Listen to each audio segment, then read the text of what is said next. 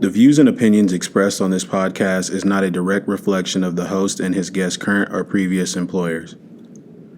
The topics and hot takes discussed are meant to create conversations while offering a different perspective to current issues in the strength and conditioning industry.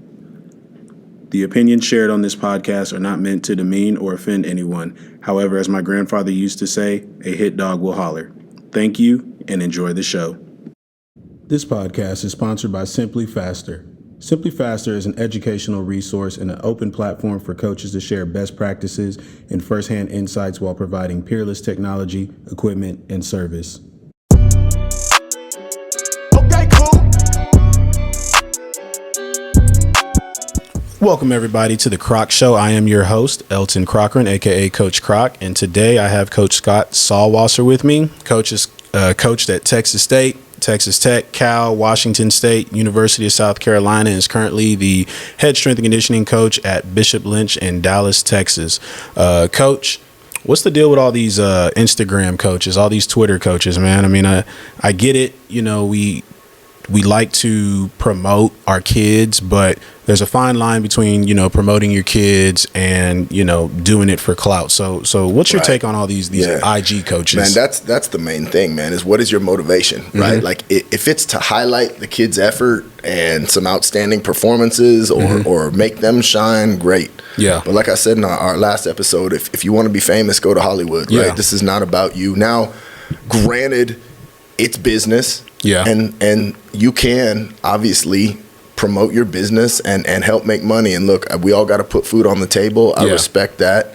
But if you're talking about specifically in our realm, the public sector, we're working with teams where you have a salary that's not based on, gaining more business or whatever. I mean, it should highlight the kids, man. And like, if all it is pictures of you looking cool, you know, then we got a problem. And also, if the stuff that you're showing you programmed for Instagram, then we got a problem too. Like, if it's highlighting like what you consider to be a good day and an interesting day, come check it out.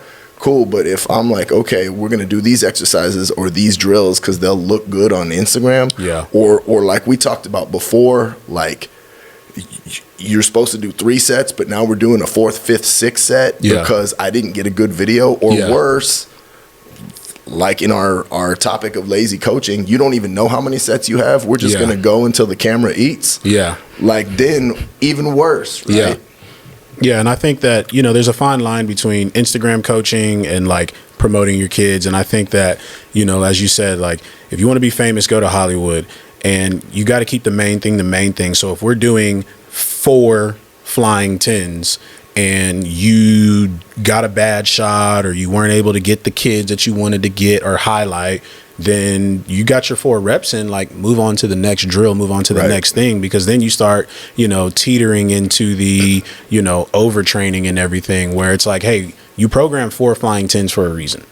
If you're the videographer too, who's coaching them? Like, unless you got the GoPro right here or something. That's a good idea, actually. That is, and I want to give a shout out, Coach Zach Zillner. He's the head strength coach for UT women's basketball. He's somebody, I was scrolling through IG and he'd been posting a lot of content and stuff, and you know, I followed him, and then I ended up DMing him and just, you know, inquiring about different things that he was doing. And I think that in my opinion, is how social media should be used. It should be used to promote and highlight your schools, your campus, university, whatever. But then it should also be used as a training tool, right? Where you open yourself up to where if I post a video, if I post something on Twitter or Instagram, I'm opening up myself, one, to criticism, right? But also to questions. And I can't be that coach that's like, I post my grid setup and somebody says, hey, Coach Croc, can you share with me your setup? And I'm just like, watch the video or whatever. So it's like, I do think that there's a fine line. And I think that the good coaches understand that and they stay on the good side.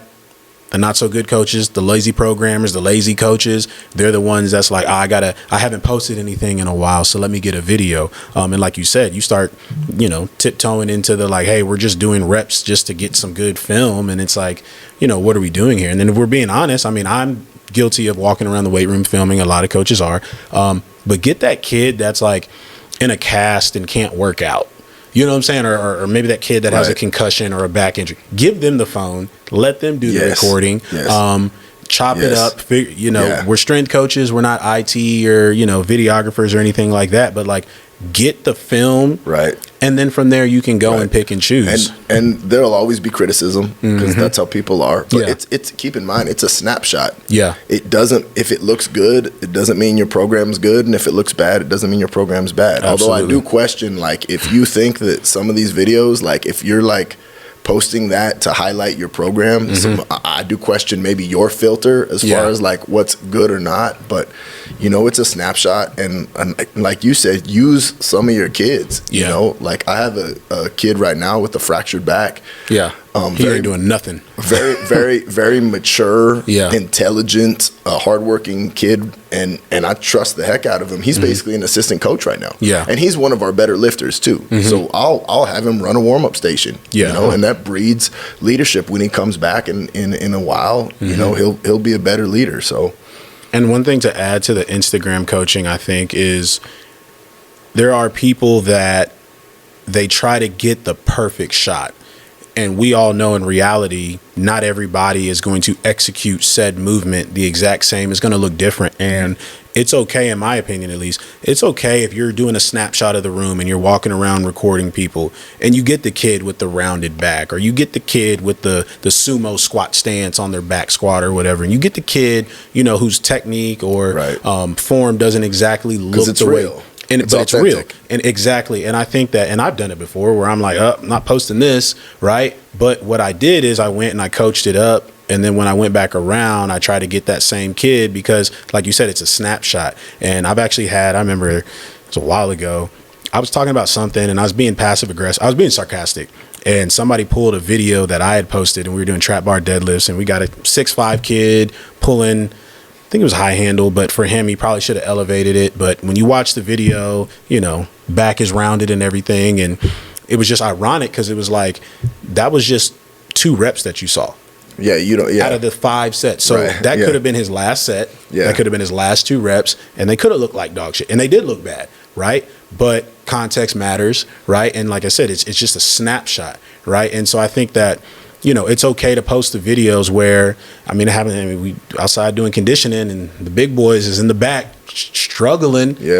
Hey, that's real. The big girls or whoever. And it's like, don't be afraid or even ashamed to like not post that because especially at the high school level, like you got 100 kids, you're going to have about 20 slaps that coach, I'm trying to figure out how to walk and breathe at the same time. And you over here talking about, doing some bounding and skipping, like.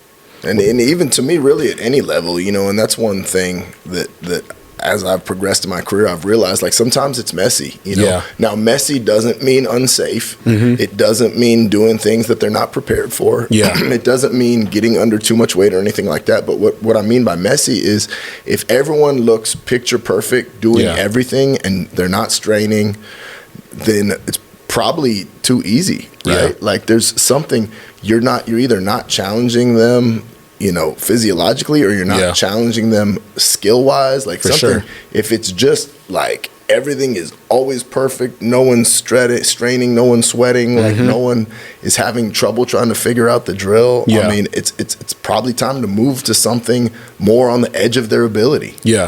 So how do we fix the Instagram coaching, or do we fix it? I feel like what's used for good can also be used for evil, right? Shout out to Zach again. He's posting great content, putting a lot of great stuff out there. I myself have followed him. We've become friends. We've built a relationship. And then there's also somebody out there that's probably posting a lot of bad content. There's been, I don't want to name drop them, but I've definitely been on Twitter and seen very not want to say knowledgeable, but very well-known organizations post training videos of bad reps. And again, I don't want to name drop them, but it's like, I think the key is recognizing it for what it is. Diving deeper, like you mentioned, like reaching out to them. But also like keep it in perspective. I think one thing that really hit home for me was I heard somebody say, such and such big name strength coaches. I'm like, okay, I'm curious. Who do you think are the big name strength coaches? And it was literally probably like if whoever, if you made a list of like the 5 guys that like tweet the most or whatever, that was the big name strength coaches. Yeah. And I'm like, well, those guys are all good strength coaches, but like, what about the dudes that aren't posting? Yeah. You know, like, have a concept of the big picture, right? Like, don't hang on every word from social media and think that's all that's out there, because maybe there's a good strength coach in your area or that you can reach out to that isn't on social media all the time that would have valuable info for you as well. Brett used to post a lot at Texas State, and he doesn't post as much as, you know, today, but Brett would mop the floor with like 99% of the strength coaches.